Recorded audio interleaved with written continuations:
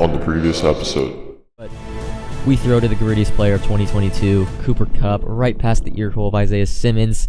We moved to 9-3 in weekend league. We kind of saved. What is up, YouTube? Welcome back to the channel. We got episode, I think it's 121, the no money spent. You're gonna notice first thing out the gate, all right, the coins, they're a little down. If you're watching this video, you probably know, but we had a little bit of a market crash. No trading demand combined with a little odds boost, and the market has just absolutely tanked. I've taken advantage of it and bought a lot of training and ultimate legend investments now, but most of my coins are kind of stuck, and I've been doing this right for the past, like, I'd say week or so. I've been kind of holding my LTD investments. I'm kind of like testing out, holding them for like, instead of selling them off after like 2 or 3 days, I've been holding them now for weeks. Like I'm gonna hold for like 1 or 2 weeks each of them after I buy and kind of see how they react in the market. If I get a little squeeze out a little extra coins on them, being a little more patient with my LTD investments. That's if you're curious where my coins are. I might have actually a separate video on where I've spent most of my coins on through ultimate legend investing, kind of a part 2 of spending all my coins in a market crash video on Monday along with Market Monday, but I'm going to wait and see. But now let's hop into the squad upgrades. So hopping into the new additions, we have added, and really there hasn't been a no money spent in the past week or two because of the Backyard Ballers program. Not really, I'd say, adding to my team. Even ultimate legends the past few weeks, like with Michael Vick, Charles Woodson was kind of the, I'd say, oldest new ultimate legend on the team. But offensively, multitude of new upgrades: Evan Ingram, Devontae Adams, Randy Moss, Reichard, Austin Corbett. But I think actually the biggest thing, by the way, I was rocking the new Randall Cunningham, although I've switched back to Joe Namath. The biggest thing kind of changing with my team is chemistries. I was rocking the Los Angeles Rams 25 out of 50. Now I am rocking a dual chem Backyard Ballers and Las Vegas Raiders. Of course, much easier to get any team chem now with the new champions in the free agent promo, getting any team chem. Of course, Devontae Adams is a Raider now, of course, but when I actually picked up his card, he was not a Raider, and then all the other free agent champions like Chandler Jones, well, Chandler Jones is also a Raider. Or, you know what, I'm just Raider themed team, all right? That's a team. Abilities wise, exact same thing. I have not changed. I was rocking Randall Cunningham. It just, he is a better deep passer because he has a quicker deep release, while Joe Namath is a better kind of check down and intermediate passer, which fits my game plan and my kind of style of play offensively a lot better. Moving on now to the defense side of the football. Again, a lot of upgrades: Charles Woodson, Randy Moss, my 2 outside corners. You're gonna notice Sean T, and we did power him up because we got the money. We're like that, all right? We got some little bread. Chandler Jones, of course, Raider. KJ Wright, Raider. Nothing really new on the defensive line, unfortunately, because there hasn't been that many upgrades, like I'd say new players coming out that are super duper fast. I still have Josh Allen, by the way, at backup left end to play actually our right end on the actual field. By the way, Calvin Johnson still plays my slot receiver. I still prefer him over Cooper Kupp. I love Calvin Johnson. Then our users are Ted Hendricks and Isaiah Simmons. Strategy items are the exact same as last video. Nothing has changed there. Still rocking Bengals. Multiple defense. Abilities wise though, on the defense side of football is a lot different because of the discounted APs at safety and actually cornerback. Of course, Julio Jones, actually, I forgot to mention, Julio Jones and Sean Taylor are 2 deep safeties. So we'll go actually into it first. The users. So Isaiah Simmons is rocking Acrobat and Midzone KO, and then of course Ted Hendricks is rocking Acrobat. Midzone KO kind of added to Isaiah Simmons because I have an extra 2 AP available. At the safety position, I have Julio Jones to play kind of free safety. Acrobat, deep out zone KO for better cover 2 coverage, and Midzone KO.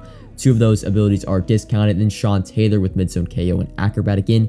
Discounted AP for Acrobat. So Julio and Sean T are probably going to be my 2 deep safeties for a long time just because of the discounted AP. It's given me basically 2 extra AP points to use across my team. Cornerback wise, I'm rocking Randy Moss, Charles Woodson. Randy Moss has a plethora of abilities: mid-zone KO, deep route KO, flat zone KO. Charles Woodson only rocking flat zone KO. Remember, I run a lot of cover too, so flat zone KO in those cloud flats, love them. And then actually my defense line is the same thing, all right? It's me, Joe Green, unpredictable inside stuff, unpredictable on Max Crosby. That is my defensive side of the football. You see my offensive side of the football. Let's hop into the gameplay. Hopping into the gameplay, of course, you guys knew the title of this video. Mr. Football 88, the 10th best, not rated, right? Not biased, right? It's just Madden's ranking. He's a top 10 Madden player in the world. MCS, of course, won boatloads of money. I actually have, now he doesn't know who I am, but I have a little bit of history with Mr. Football 88. He pretty much teaches me how to play Madden, I would say, every year. Last year, I came against the disengage blitz first couple weeks of the game, how to basically change my entire offense and defense around that blitz. And then I want to say back in like Madden 18 or so, I thought I was very good at the game. He smoked me 1 week in weekend league, and I had to rethink everything I thought about Madden. So Mr. Football 88, pretty much how I view it. He teaches me he basically exposes what I am very bad at in Madden, and hopefully I can improve off that. But a little bit of inside the mind. Of course, he's gonna be running gun bunch offset. I run gun bunch offset. But we do run a little bit of a different, like, contrasting styles. I would say he more goes for the bombs. I am more of a check down merchant, but right away he's gonna hit us on verticals, and I actually meant to put my deep right corner in a blue. Kind of got caught. I will say, when you come against very experienced players, very good players, they are really good at flipping plays and quick hiking you. I know that's a skill gap, quick hiking, but it gets you kind of off balance, off pace. They understand what they want from offensive side of the ball. They probably know that I was having maybe a deep left blue on the left side of the field. They flip, hike. I didn't have time to put a deep right blue on the field. He's also going to get the 2-point conversion.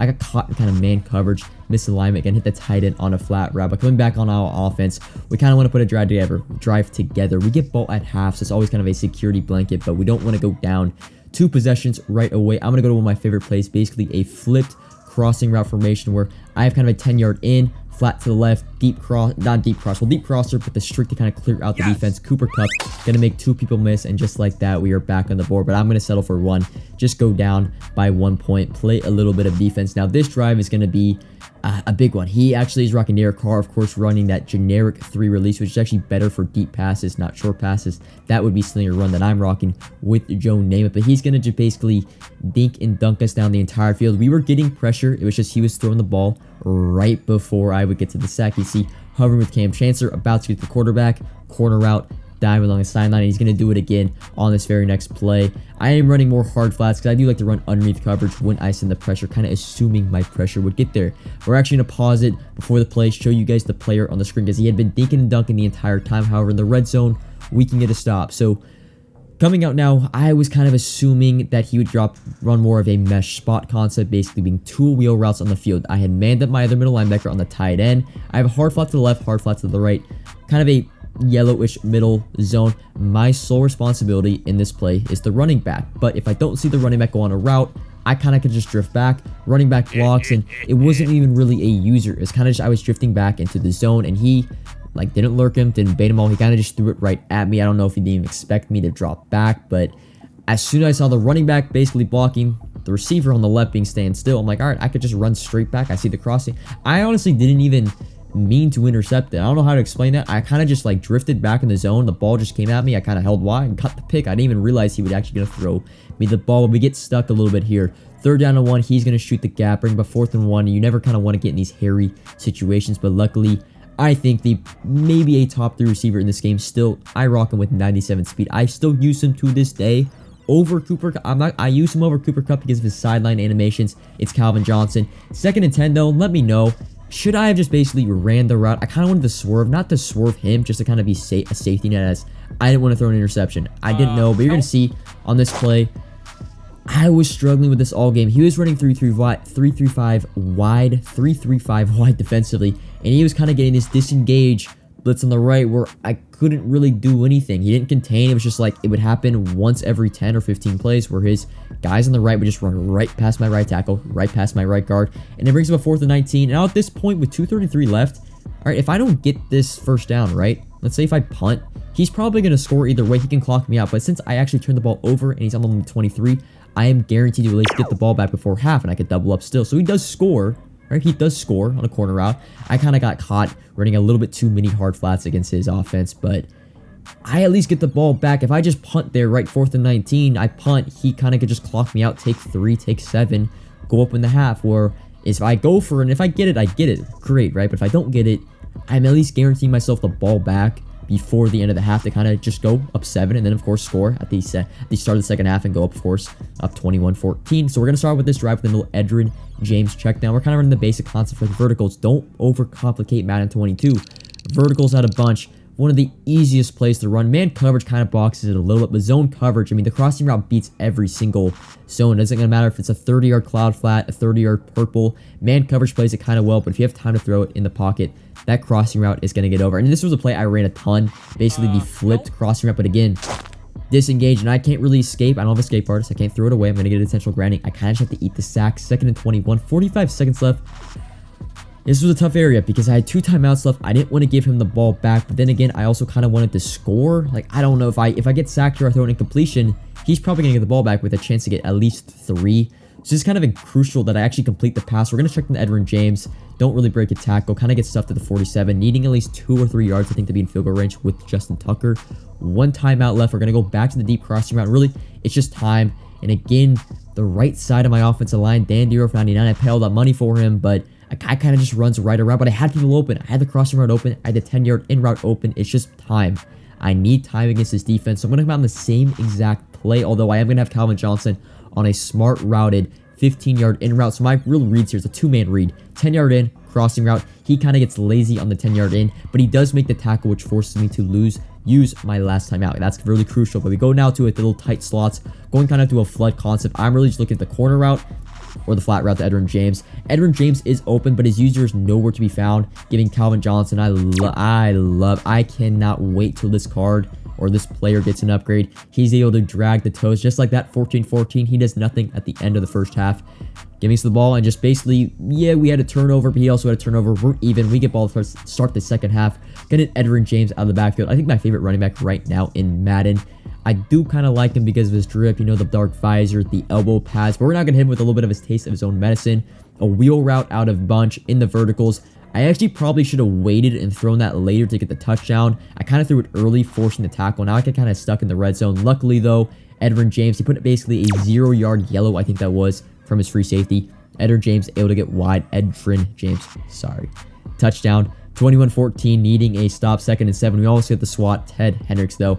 And again, he's kind of going to go back. I'm sending pressure, right? I'm sending pressure. He's standing in, just picking apart my defense. I'm going to be completely honest. I didn't really have a stop. Like, other than that turnover, other than that interception, he was walking up and down. It wasn't even like it was difficult, right? There wasn't really, I mean, finally here, we get a sack, but every play before that, other than the interception, was a breeze, man. He was picking apart my defense. But here we go. 3rd and 6, kind of getting stuck in the red zone. Not really, right? Of course, red zone defense being significantly easier to get a stop inside, of course, inside the 20s. 3rd and 6, though, we're going to send a little bit of pressure, and he kind of goes back to the corner route, but I thought he was going to hit the corner route on the left, but he's going to hit Julio Jones, I do believe.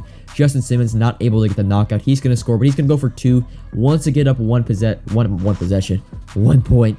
Derek Carr, and the gun goes back to tight slots, and I thought I had the defense for this. I covered the left. Could Jimmy Graham maybe turned around, eyes on the football, maybe made a play? I don't know, but he's going to basically back to the football, low ball it. Great play, of course, and he goes up 1 now, needing a money drive. Again, every drive seems to be starting out with a flat route to Edwin James. Gets about 8, going back into the tight slots. Again, kind of looking for the crossing route, Cooper Kupp. Edwin James kind of got almost tackled by our left tackle. Kind of a late delayed, or almost like a delay fade. He kind of forgot about the running back. We're able to hit him. And just like that, 156 left, 3rd and 2. We only need 3 more yards to be in field goal range. But of course, we want to take the entire clock out and then take a game-winning field goal. 3rd and 2 here, though. Kind of get pressure. Nothing really open. I don't know, man. Inaccurate. Joe Namath in the pocket. I have Fearless. So it wasn't an inaccurate from pressure. It was just an inaccurate. I was actually going to catch that and run backwards, but a little bit of a heartbreaker. Here we go, 4th and 2, inside crossing. He has everything bagged. I'm going to roll out right with Joe Namath. He kind of sends the cornerback finally, and, well, luckily for us, Calvin Johnson doesn't kind of just run out of bounds to the right, runs to the left. He actually just comes back with the football. Was my only option on that play. We're able to convert 1st and 10 here. I'm going to stay passing the ball. He had shot the gap on the previous run. Remember, we only run 1 time previously before the game, or during the game. He shot the gap, so I'm actually feeling more comfortable in the passing game. 1st and 10. Still basically needing 1 first down. He's 1 time out left. And Ocho Cinco going to kill him on a drag route. We're in bounds, and the game was over, right? If I stay in bounds, I get tackled. He uses his last time out. 1:30 left. All right, 30-30-30. He starts showboating. But I still have 3 timeouts left, and he hadn't run the ball the entire game, so I knew I at least had a small chance. 1st and 10, though. Gonna get not really a lot of pressure. Max Crosby finally gets open. Hits a little corner up, but he has to get out of bounds, so I don't have to use a timeout. 1:23 left. And here might be the play. I mean, the play of the year, really. Probably against the best opponent I've played this entire year, kind of as a, pedigree standpoint. Mr. Football 88. Amani, and I'm not even going to say the last name, but defensively, you might be asking, why did he play that? Because it was a cloud flat, or it was a soft squat. Well, here's the defense, basically.